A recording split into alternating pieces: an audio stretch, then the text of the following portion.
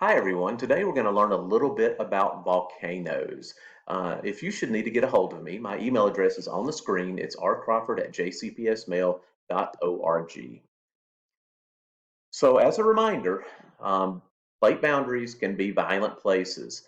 Any place that we have these tectonic plates grinding against each other, we have a lot of devastation and a lot of very strong forces involved. Volcanoes are really quite mysterious, and there's something about melted rock appearing above the surface of the earth that is really quite beautiful, and it's pretty mysterious. But let's take a look and see if we can tell what's really going on with a volcano. A volcano is really just any opening at Earth's surface that is going to erupt things like lava. It may also eject solid rock, and it's also going to put off some gases. So any opening, it doesn't always have to look like this, like it doesn't always have to be a cone-shaped mountain. Any opening that ejects lava, solid rock, or gases, then that is a volcano. I want to very quickly just point out that we need to understand that there are two types of melted rock, kinda. First off, melted rock that is under the surface of the earth, we call that magma. Okay, so melted rock under the surface of the earth, magma. Once that magma is travels to the surface of the earth, once it's forced out onto the surface of the earth, well, suddenly that same material we now call lava. So magma is melted rock under Earth's surface, whereas lava is melted rock above Earth's surface. I do want to point out that it's important for me to keep saying melted rock under Earth's surface is very rare. Most of the rock under Earth's surface is completely solid. It is not melted. So that's one of the things that make volcanoes really kind of neat.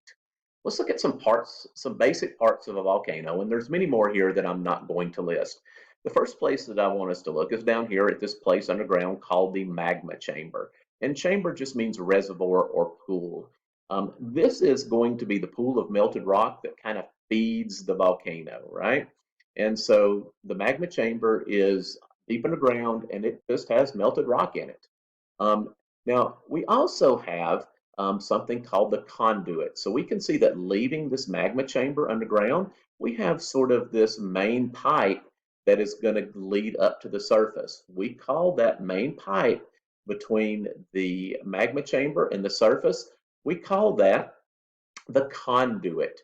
Now, when we reach the surface, the actual opening where we have that magma and are those materials being spewed out or erupted out, we call that the vent. So any opening that for a volcano, we call that a vent.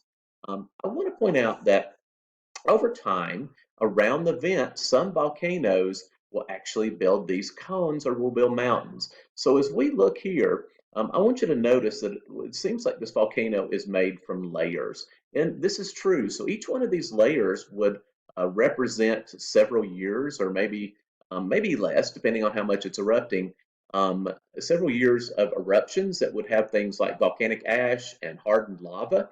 And so as this volcano keeps erupting, you're going to have like this cone shape that's going to build up around the vent. And eventually we're going to get that very familiar volcano shape as these different layers of solid rock and lava that flow out over top of it build up. At the very top of our volcano, right around the vent, often we're going to have a crater, which is nothing more than this bowl-shaped depression, which sometimes is going to be formed around the vent. So, parts of a volcano. We have the pool of magma, or the reservoir for magma. We call that the magma chamber. We have this main pipe that leads to the surface, which we call the conduit. The conduit. Then we have the vent, which is the main opening where all the materials are erupted from. And then we have around the vent, we will have what we call the crater, which is a bowl-shaped depression. And please remember that this cone shape is from different layers of rock being built up over many, many eruptions. So when we talk about volcanic eruptions, there we have three basic kinds of things that are erupted out of a volcano. One of the things that doesn't get talked about a lot is gases. Things like water vapor, carbon dioxide, lots of sulfur compounds are going to get erupted out of a volcano. Volcanoes are kind of a stinky affair. Sulfur is really foul smelling. It smells like rotten eggs. So these gases smell terrible. Of course, most of you know that there's going to be some melted rock that's going to come out, some, hot liquid rock, and we're going to call that lava. One of the things that's often overlooked by students is the fact that volcanoes eject a lot of solid materials. And so we'll take a look at the kinds of solid materials that come out of a volcano here in just a second. So these solid materials, remember, it's not just lava that is leaving a volcano. We're going to have some really, really small particles, like some dust-sized particles, which we call volcanic ash. Volcanic ash is very lightweight, and depending on the wind, this volcanic ash can be blown for miles and miles, thousands of miles away from the volcano, and it can, if it's a big eruption, it can really coat things in a thick layer of ash. Now, in addition to the ash, we also have something called cinders. These are also called lapilli, which means small rock. So cinders are really just pebble-sized bits of rock that form when lava is kicked up into the air, and it's going to cool and harden into rock while it is still in the air. So we call these small bits of solid rock that harden in the air cinders. We have some bigger blobs of sort of semi-melted rock that are thrown into the air. And when these are also going to mostly cool in the air, but we call these volcanic bombs because they're not fully cooled when they hit the ground. Sometimes they can crack open, and it would be terrifying if a volcano was shooting out these volcanic bombs. Now, in addition to these things that cool in the air, like ash, cinders, and bombs, we also have what we call volcanic blocks. Volcanic blocks are huge, jagged pieces of solid rock. They were not melted when they were ejected. Really explosive eruptions will tend to sort of blow the side of a volcano off, and so the rock that made up the side of the volcano or the cone of the volcano can be ejected very far away, miles away. Some of these volcanic blocks can be the size of a house. You can see here in this picture that this young lady is sitting next to probably a rock that is 6 by 6 by 6. This thing probably weighs 100,000 pounds, and it was blown into the air away from the volcano. Really incredible. When we talk about the different stages of a volcano's life, we have three basic stages. We have active volcanoes, we have dormant volcanoes, and we have extinct volcanoes. An active volcano is any volcano that is currently erupting or has erupted within the last 10,000 years, and that we believe will erupt again. So an active volcano is just a volcano that can or is erupting. A dormant volcano is a volcano that is currently sleeping. Dormant kind of is a word that means sleeping, and a volcano that could erupt, but it's between eruptions, we say that volcano is dormant. Okay, and finally we have an extinct volcano. An extinct volcano is a volcano that the magma chamber has completely solidified. There's not another source of magma for the magma to make its way up and erupt onto the surface. So if it can no longer erupt, we call that an extinct volcano.